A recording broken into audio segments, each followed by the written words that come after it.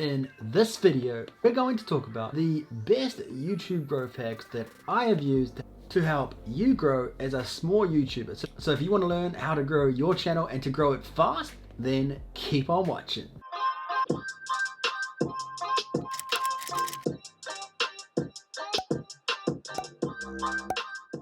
How's it going, guys, and welcome back to the channel. If you're new here, I'm Simplicity. Hope you're having a wonderful day. And if you are new to the channel, we're about building your brand, business, and impact online through social media marketing. So maybe you want to quit that 9-to-5 job, start a side hustle, start a business, and become your own boss. Then consider subscribing to the #1 YouTube channel where you can learn all of these tips and tricks to grow your brand effectively through social media marketing. Of course, if you did enjoy this video, be sure to give it a thumbs up. It really does help support the channel, and it does make a big difference so we can reach more and more people, help them take ownership of their lives. As always, make sure you do watch all the way to the end of the video because there is a secret keyword somewhere in the video, so keep on watching. Now you're probably thinking, here we go, another YouTube growth hacks video, and you're going to tell me all the same things that I've heard of that just don't work. Well, you're probably right, but a lot of these things I feel like a lot of people don't actually mention, and I feel these are the things that people tend to miss when creating videos, and this is going to cause them to not grow.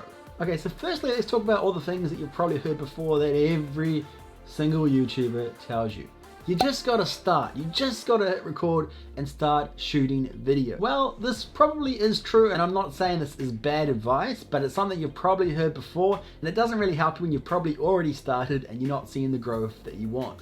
The second one you've heard many times before is you need to niche down. You need to funnel down your video and make sure that you're hitting only one audience. You're not trying to catch 10 fish with one flagpole. You've probably heard that many times before. It is very true, and I do truly believe that niching down is important, but we're not going to talk about that in this video. And the third thing that everybody preaches, and I myself probably have mentioned many times before, that you'll hear in every single YouTube growth video, is you need to be consistent. How many times are people going to tell me that I need to be consistent to grow on YouTube? Once again, it is true, but at the end of the day, there's actually a lot more to it than just being consistent. I can easily create 100 videos and still have absolutely very little to no growth. Just by creating 100 videos isn't going to get you there. So let's talk about exactly what you need to do in order to grow your YouTube channel effectively and fast. So the first thing I want to talk about is to have a detailed channel banner. Like you can see behind me, this is my channel banner, and you want to make sure that you put a lot of time and effort into your channel banner to make it eye-catching, and there's a few things you want to include in your channel banner. The first one, and probably obvious one, is you want to make sure that your channel banner includes your channel name. Kind of sounds silly, but it's something that people probably tend to forget about. So make sure that your channel banner has your channel name somewhere in the banner. The second thing you want to include is a short and sweet slogan that describes what your channel is about and what you kind of cover in your channel videos. The third thing is the frequency of your videos. You want to put somewhere in your channel banner, letting people know when you upload, showing them that you are consistent, and giving them a reason to stick around by saying, hey, I upload every Monday, Wednesday, and Friday, so you know there's always going to be consistent content from me, and that's all displayed in your channel banner. So you don't have to mention that in every single video. Even though I think it is important to mention that in your videos, it's really important to have it in your channel banner. So when people do come across your channel homepage, they're going to know, 1, how often you post, and 2, when you post. The next thing that a lot of people forget about is high quality thumbnails. I don't know what it is about thumbnails, but it's just something that people tend to not spend a lot of time in, and they kind of forget how important a thumbnail actually is, and they forget the purpose of what a thumbnail is there for and how important it really is. I know for myself, even I was a culprit of this when I first started, and I know probably you have done it as well. How many times have we seen somebody's thumbnail and it's like this? A screenshot taken somewhere in your video that you're like, that's good enough, and that'll be my thumbnail.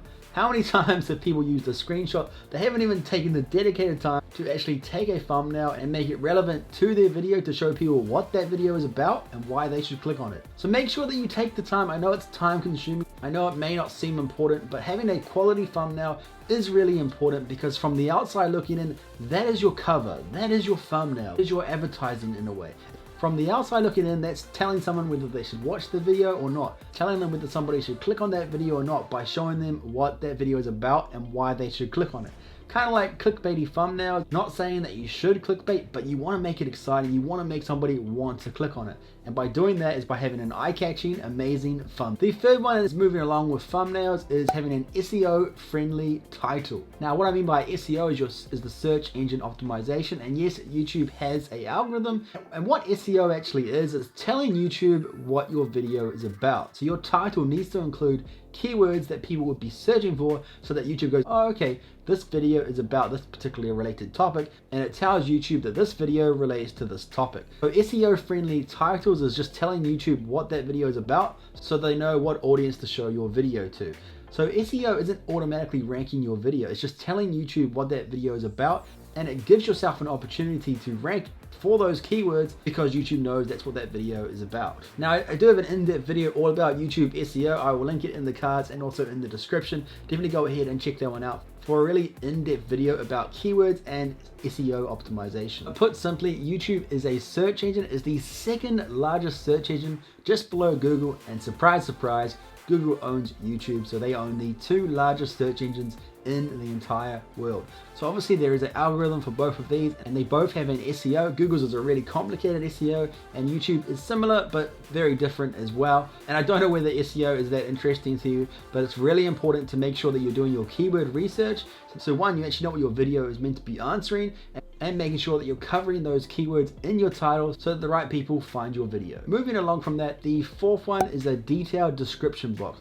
This is another thing that people probably step over, especially when you're starting and you may not know much about how YouTube works. You're probably thinking my description doesn't really matter. I'll just chuck in a couple of lines of what this video is about and that'll do. Your description is there for a reason, and you need to make sure that you're utilizing it correctly to help your videos be seen by more people. Basically what your description is, they call it metadata, and it's once again telling YouTube what your video is about and who to show it to. So making sure that your title has the keywords, you also need to include your keywords and hashtags in your description. So all it's really doing is it's telling the YouTube algorithm, hey, this video is about these keywords. I mention it here, here, and here. And it's also a great way to let your audience know what the video is about. I highly recommend putting somewhere in your description what the video on, and briefly bullet pointing what each part of your video covers, so people know that, hey, I've found the right video and it is going to answer my question. But more importantly, it's going to tell the YouTube algorithm that these keywords are part of your video.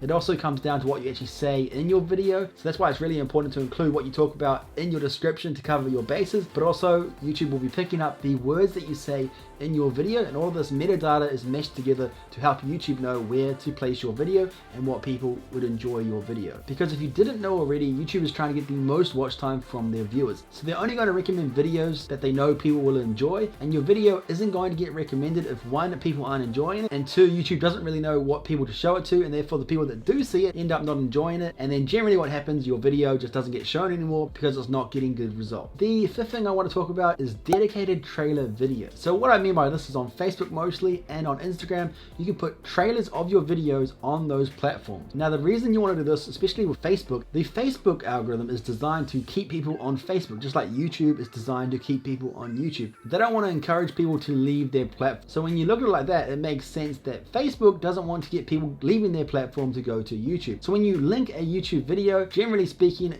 Facebook is not going to recommend that video, especially if it's just a link. And also when people are going through their feed, if it's just a link with maybe a photo, maybe not even that, it's not going to grab the attention of people scrolling through their newsfeed. So a trailer is actually a really great way because it allows you to combine your video into a nice tight little trailer, showing people why they should watch this video and showing the best parts of your video to encourage people to watch the whole entire video. So of course you wouldn't want to put a whole video on Facebook. One, it won't let you, and two, you're giving away all your secrets, so then they're not going to need to go watch your video. So it's important that it's just a trailer showing you exactly why they should go ahead and watch that video, and then they more than likely will click on the link to take them to YouTube to actually watch the entire video. But just remember that a trailer is really important. Just like movies in the real world have trailers, you want your YouTube videos to have trailers that you can put on Facebook and on Instagram to help encourage people to go ahead and watch that video. The more traffic that you have, more kind of advertising that you have, really does help you to draw more traffic to your YouTube channel. So it's best to use all of the platforms that you can. Use Facebook, use Instagram, use Twitter, and allow those platforms to help you bring in more people to your YouTube channel. And you'll find that if you actually have a video that starts playing when they're scrolling through,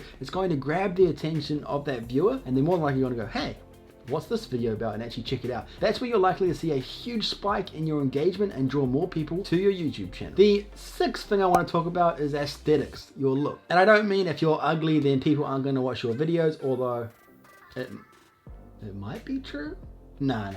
But guys, seriously, you want to make sure that things like your backgrounds and things like that, they need to be aesthetically pleasing. And it also does depend on the type of video that you're making. Let's say your video is about how to make money and all of these kinds of things, and you're set up in a room that's really messy, it's cluttered, and it really doesn't look professional or aesthetically pleasing, then it's going to make the viewer think, does this person even know what they're doing? And it really can affect the viewer's experience if they're distracted by all the things that are happening in the background. So it's really important to make sure that your background is nice and tidy. This is not talking about the equipment that you need. That's something that comes later in your YouTube journey. This is just about making sure that you're in a place that's nice and quiet, so the sound is at least clear, there's no background noise. You want to make sure that your background is clear and tidy and that it makes sense with the video. So if you're a yoga instructor, you probably want to be in a gym or a workout area with a yoga mat and in your yoga gear, or if you're doing a Photoshop tutorial or whatever it might be, then an office would make more sense. So just make sure that your background is aesthetically pleasing and make sure that it's just nice and tidy and it's not distracting the viewer from your video, because the last thing that you want is having a distracting background or something that causes them to leave the video. Number 7 is finding your YouTube voice. This is finding a way to be comfortable on camera and showing your personality in a way that people are drawn to your videos and they start to get to know you better, and therefore people are more engaged in your life and are more likely to want to watch more of your videos because they feel a relationship with you and they want to know more about you and they watch more and more of your videos. So these are just the little things. A lot of it takes time and practice, so it's probably going to take at least 100 videos of you filming videos, learning how to edit them properly, and just learning how to talk in front of a camera. It's really hard for a lot of people when they've never spoken in front of a camera before, or they haven't done it very often. They can come across very kind of static and no energy and very monotoned, you know, which a lot of people, if they're really shy, they can be like that in person as well. But generally, if you're shy or uncomfortable, it can come across 10 times worse when you're speaking into a lens. So it just takes time and practice. Don't take it personally. Everybody when they starts are going to be terrible. They're going to be flat. They're going to have no energy and they're just not going to know what they're doing. So a lot of this stuff does take practice. You want to make sure that you're showing your personality, getting people to engage with you, to learn about your experiences, and just getting to know you better. If they feel like they have a relationship with you, they're going to want to watch more of your videos, to follow along with your journey, and they feel invested in your life, and that's what you want to do. You want to show your personality. You want to give somebody a reason to stick around and invest in your YouTube channel. And the 8th thing I want to talk about is to celebrate the small stuff. Now what I mean by this is even when you reach 100 subscribers, which may not sound like a lot, but celebrate the small stuff, whether it might be you got 10 likes on your first video, when you reached your first 1,000 views in total for your whole channel, when you got your first 1,000 subscribers on a video. All of these little milestones, you need to celebrate the small stuff. To one, it helps you to see that you are improving, and it allows you to build up confidence and realize that you are improving, and it helps you to keep going and being confident. So make sure that you do celebrate the small stuff. That can be little things like little milestones, could be how many likes you get, the engagement on your videos, whatever it might be. Always celebrate the small stuff because eventually they will lead to the big stuff. So it's just finding a way to keep yourself level, keep yourself real, and to give yourself confidence to never give up and always trying to better yourself. So I truly believe that inner confidence is really important, and to find confidence and to make yourself feel better, you need to make sure that you are celebrating all these little milestones that you're actually getting to see. Slapping the bass. Make sure you comment that down below so I know you watched the whole video. Slapping the bass.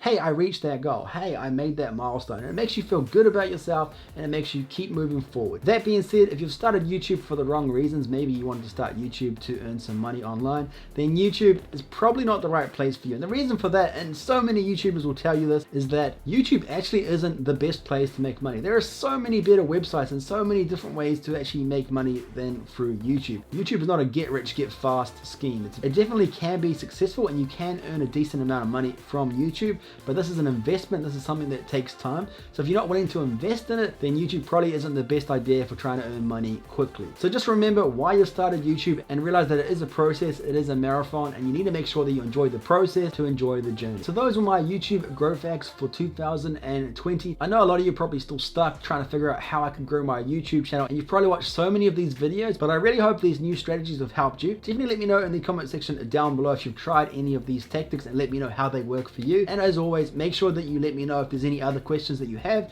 and we can look at answering those in a future video. Thank you guys so much for watching. Make sure if you did enjoy this video, be sure to give it a thumbs up. It really does help support the channel, and subscribe if you haven't already. And if you did enjoy this video, I know you love these other videos. Thank you guys so much for watching, and I'll see you on the next next video. Peace out.